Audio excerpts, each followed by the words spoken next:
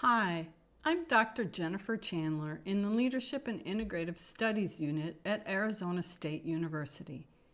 This toolkit video addresses the types of organizations that project managers can work with when managing projects. This brief video will address some common ways that organizations are grouped or classified and how those classifications impact the projects that those organizations are involved with. This video closes with some recommendations for project managers. This video focuses on these three types of organizations as they exist in the United States.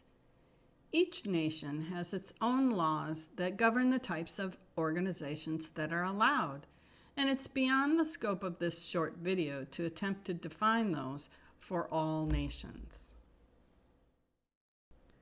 This is a simple way to classify United States government organizations.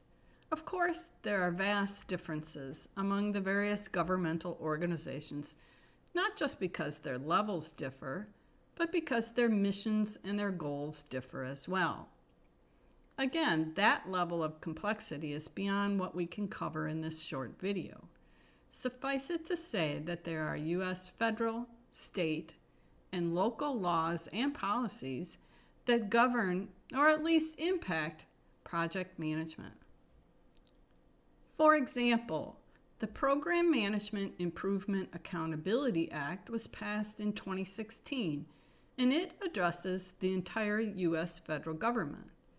It includes requirements to adopt and oversee implementation of government-wide standards, policies, and guidelines for program and project management. Chair the Program Management Policy Council. Establish standards and policies for program and project management planning and delivery. Engage with the private sector to identify best practices in program and project management. Conduct portfolio reviews. And establish a 5-year strategic plan for program and project management. These types of for-profit organizations in the United States differ in how they are taxed and what their legal liabilities are. Those factors are likely to impact their priorities and goals when initiating projects. A useful strategy for a project manager is to research the history of the specific organization they're working with. What projects have they undertaken in the past? And how did those projects pan out? Seeking out this information from different perspectives is also useful, since an organizational insider could have a very different view than, say, a community group. All the views of past projects can be helpful for a project manager trying to get a feel for an organization they are working with. And when working with organizations outside the United States, their types of for-profit organizations must be researched. The type of not-for-profit organization will impact the scope and the priorities for their projects. In the United States, not-for-profit organizations serve the public interests and are mostly categorized as tax exempt. There are 27 different types of not-for-profit organizations, and each type has a set of rules for their eligibility, their lobbying restrictions, electioneering restrictions, and their tax-deductible contributions. Examples of public charities are museums, not-for-profit colleges, and animal rescue organizations.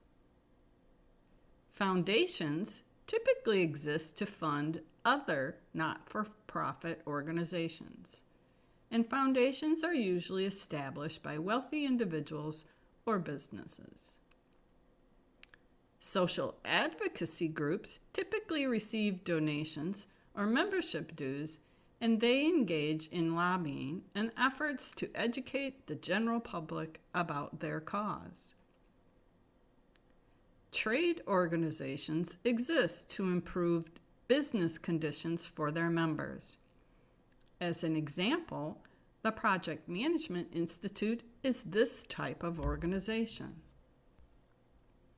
Regardless of the classification of the organization along the lines that we have just covered, the specific organizational structure within the organization can also impact their projects in many ways.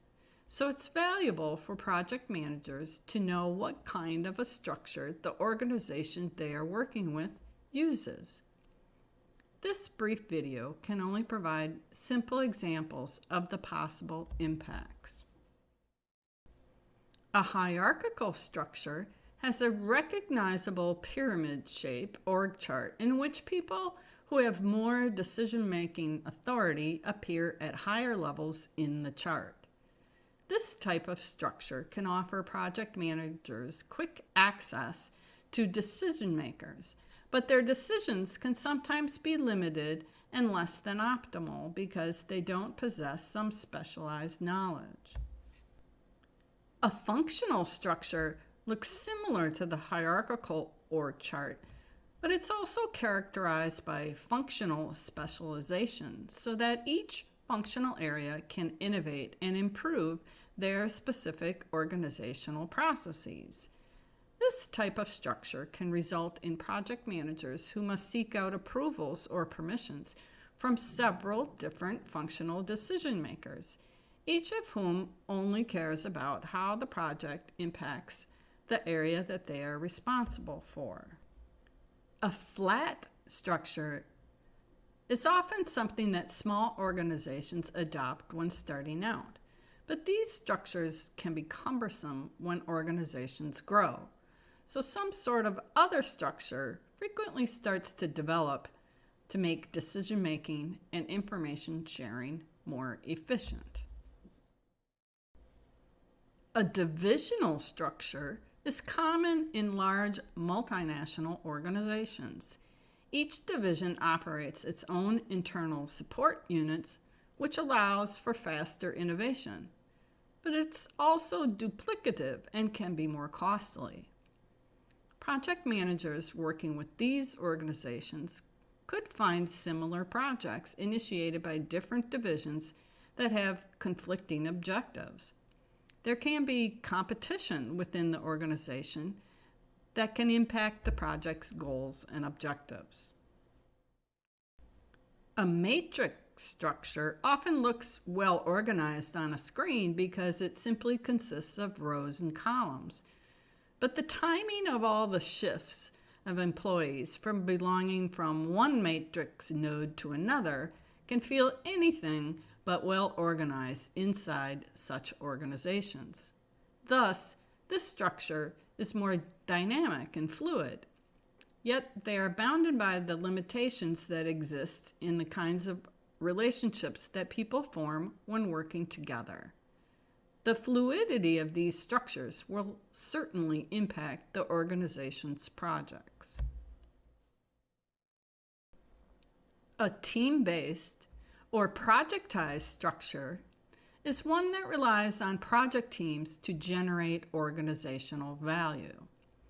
This type or structure typically allows project managers much more decision-making authority than the others. Organizations with this type of structure rely on well-articulated project management standards, procedures, and policies, and keep those updated.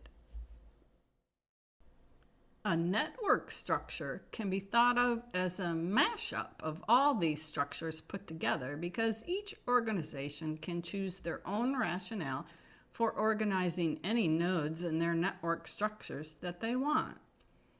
This provides a great deal of flexibility, but it also lacks predictability, and both those features will impact the projects that are initiated within those organizations. Here are some recommendations for project managers with regards to the type of organizations they work with. research. Project managers who are accustomed to working with one type of organization benefit from taking a step back and dropping their expectations when working with a different type of organization.